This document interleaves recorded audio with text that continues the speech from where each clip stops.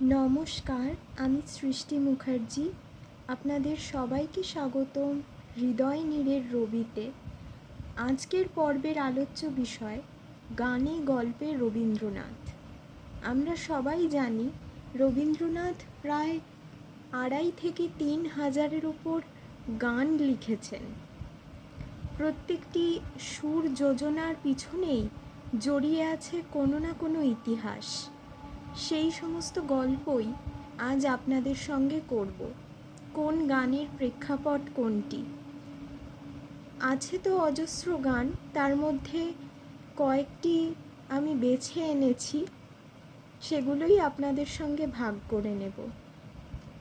প্রথমেই যে গানটির কথা মনে পড়ছে, অনেক কথা যাও যে বলে কোনো কথা না বলি, তোমার ভাষা বোঝার আশা দিয়েছি জলাঞ্জলি, যে আছে মম গভীর প্রাণে ভেদিবে তারে হাসির বাণে, চকিতে চাহ মুখের পানে।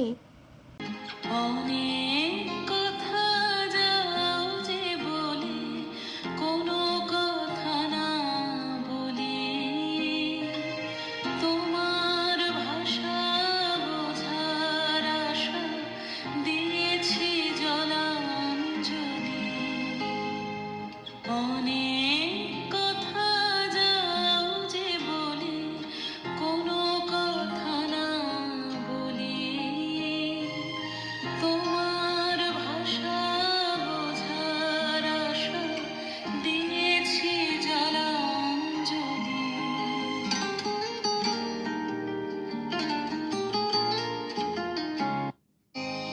যে আছে মম গভীর প্রাণে ভেদিবে তারে হাসির বাণে, চোখেতে চাহ মুখের পানে, তুমি যে কৌতূহলী,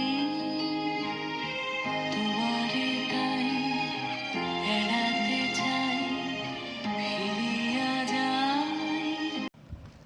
গানটি রচিত হয়েছিল 4 এপ্রিল 1926 শান্তিনিকেতনে। পালিতা পৌত্রী নন্দিনীর প্রতি শৈশবের আধো আধো অনর্গল কথা বলার চেষ্টা দেখে রবীন্দ্রনাথ এই গানটি লিখেছিলেন, যেখানে একজন শিশু এবং বৃদ্ধ তার দ্বিতীয় শৈশবে মিলিত হচ্ছেন।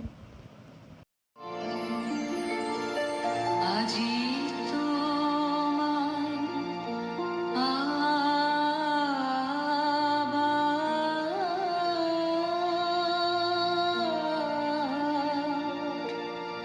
চাই শোনাবারে,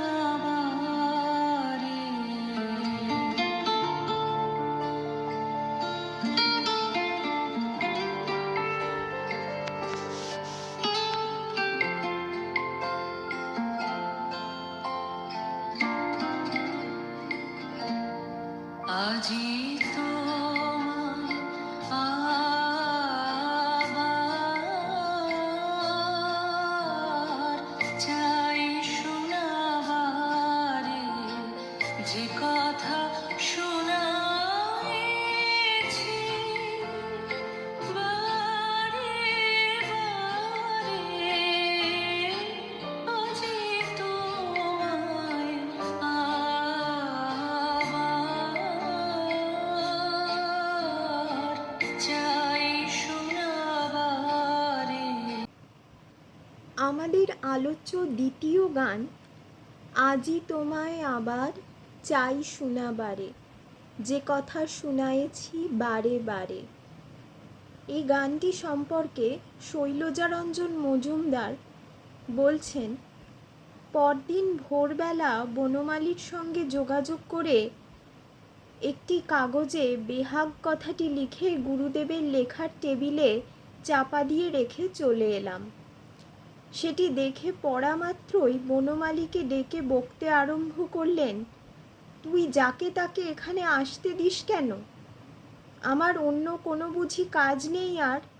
আমাকে কি ফরমাসি গান লিখতে হবে? বনমালী চাপা হাসি হেসে চলে গেল।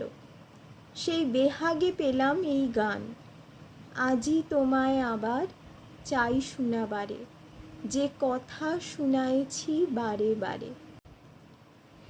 তৃতীয় গান, আমি কান পেতে রই।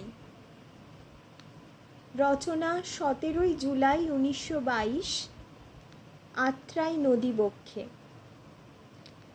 শান্তিনিকেতনের আদি যুগের ছাত্র সাহিত্যিক প্রমথনাথ বিশির স্মৃতিচারণে ধরা পড়েছে গানটি রচনার ইতিহাস। তখন আশ্রমের গ্রীষ্মাবকাশ প্রায় শেষের দিকে। আকাশ নূতন বর্ষার মেঘে ঘন নীল, কিছু আগেই এক পশলা বৃষ্টি হইয়া গিয়াছে। তখনও গাছের পাতা হইতে জল ঝরিতেছে। রবীন্দ্রনাথ থাকিতেন আশ্রমের পশ্চিম প্রান্তের একটি বাংলাতে। আমি আমবাগানের মধ্য দিয়া কোথাও যাইতেছিলাম, হঠাৎ দেখিলাম রবীন্দ্রনাথ সবেগে আসিতেছেন। এতই তড়া যে পথ দিয়া চলিবার সময় নাই বলিয়াই মাঠ ভাঙিয়া চলিয়াছেন। সম্মুখেই পড়িল মেহেদি গাছের বেড়া, তাহা অগ্রাহ্য করিয়া ঠেলিয়া চলিয়া আসিলেন। অদূরে দাঁড়াইয়া শুনিলাম গুনগুন করিয়া গানের দুটি পংক্তি আবৃত্তি করিতেছেন। ভ্রমর যেথা হয় বিবাগী, নিভৃত নীল পদ্ম লাগি। ব্যাপার কি বুঝিতে বিলম্ব হইল না। এই গানটি তখনই রচনা করিয়া সুর দিয়াছেন। ভুলিয়া যাইবার আগেই গানটি দীনেন্দ্রনাথকে শিখাইয়া দিবার জন্য ছুটিয়া চলিয়াছেন। আমি কান পেতে রই, আমি কান পেতে রই, ও আমার আপন হৃদয় গহন দ্বারে, বারে বারে কান পেতে রই। কোন গোপন বাঁশির কান্না হাসির গোপন কথা শুনি বারে বারে বারে কান পেতে। এরপর যে গানটির কথা বলবো সেটি কিন্তু খুব মজার। হে মাধবী দ্বিধা কেন। রচনা 14 ফেব্রুয়ারি 1928, কলকাতায়। একটি ভুল গল্প বহু প্রচলিত যে পরিচারক বনমালী তার ঘরে ঢুকতে দ্বিধা করছিল দেখে নাকি গানটি রচনা করেছিলেন। গানটির সঙ্গে বনমালীর যোগ আছে বটে, কিন্তু ঠিক এভাবে নয়। কাহিনীটি বিবৃত করেছেন নির্মল কুমারী মহলানবিশ। গানের কথা বলতে গিয়ে একটা মজার কথা মনে পড়ল। সেদিন সন্ধেবেলা হে মাধবী দ্বিধা কেন শেখাচ্ছিলেন, সেদিন হঠাৎ গানের মাঝখানে দেখি কবির পুরাতন ভৃত্য বনমালী কবির জন্যে 1 প্লেট আইসক্রিম নিয়ে ঘরে ঢুকবে কিনা বলে ইতস্তত করছে। একবার চৌকাঠের ভিতরে পা দিয়ে উঁকি মেরেই পরক্ষণে পা টেনে নিয়ে বারান্দায় ফিরে যাচ্ছে। বার কতক এই রকম করবার পর হঠাৎ কবির নজরে আসে, আর তখনই তিনি বনমালীর দিকে হাত নেড়ে গেয়ে উঠলেন, হে মাধবী দ্বিধা কেন, ভীরু মাধবী তোমার দ্বিধা কেন, আসিবে কি ফিরিবে কি দ্বিধা কেন। বনমালী তো ততক্ষণে দে ছুট। আমি আর অমিত ঠাকুর হো হো করে হেসে উঠলাম। কবিরও আর হাসি থামে না। হাসতে হাসতে বললেন, আমার লীলমণিকে।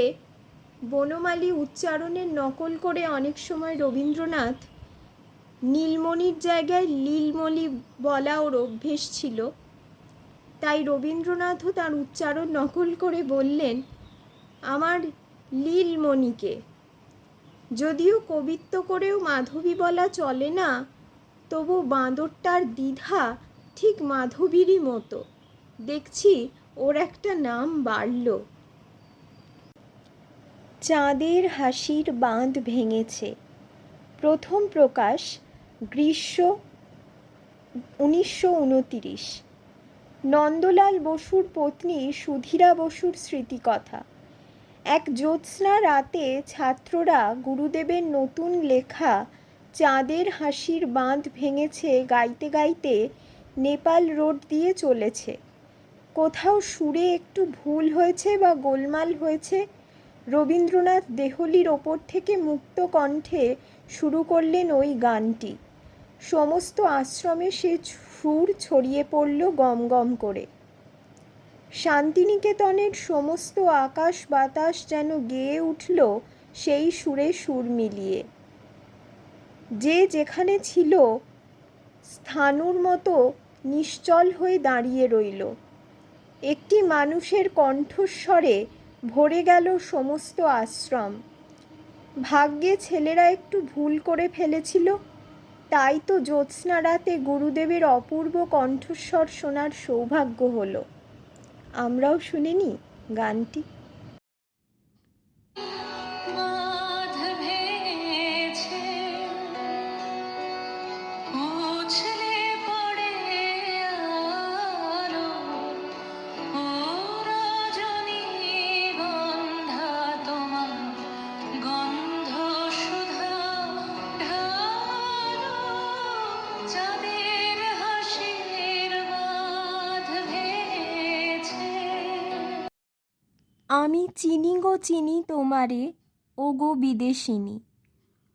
বহু বাল্যকালে একটা গান শুনিয়াছিলাম, তোমায় বিদেশিনী সাজিয়ে কে দিলে। সেই গানের একটিমাত্র পদ মনে এমন একটি অপরূপ চিত্র আঁকিয়া দিয়াছিল যে আজও ওই লাইনটা মনের মধ্যে গুঞ্জন করিয়া বেড়ায়। একদিন এই গানের ওই পদটার মোহে আমিও একটি গান লিখিতে বসিয়াছিলাম। স্বরগুঞ্জনের সঙ্গে প্রথম লাইনটা লিখিয়াছিলাম, আমি চিনি গো চিনি তোমারে, ও গো বিদেশিনী। সঙ্গে যদি সুরটুকু না থাকিত তবে এ গানের কি ভাব দাঁড়াইত বলিতে পারি না। কিন্তু ওই সুরের মন্ত্রগুণে বিদেশিনীর এক অপরূপ মূর্তি মনে জাগিয়া উঠিল। আমার মন বলিতে লাগিল, আমাদের এই জগতের মধ্যে একটি কোনো বিদেশিনী আনাগোনা করে।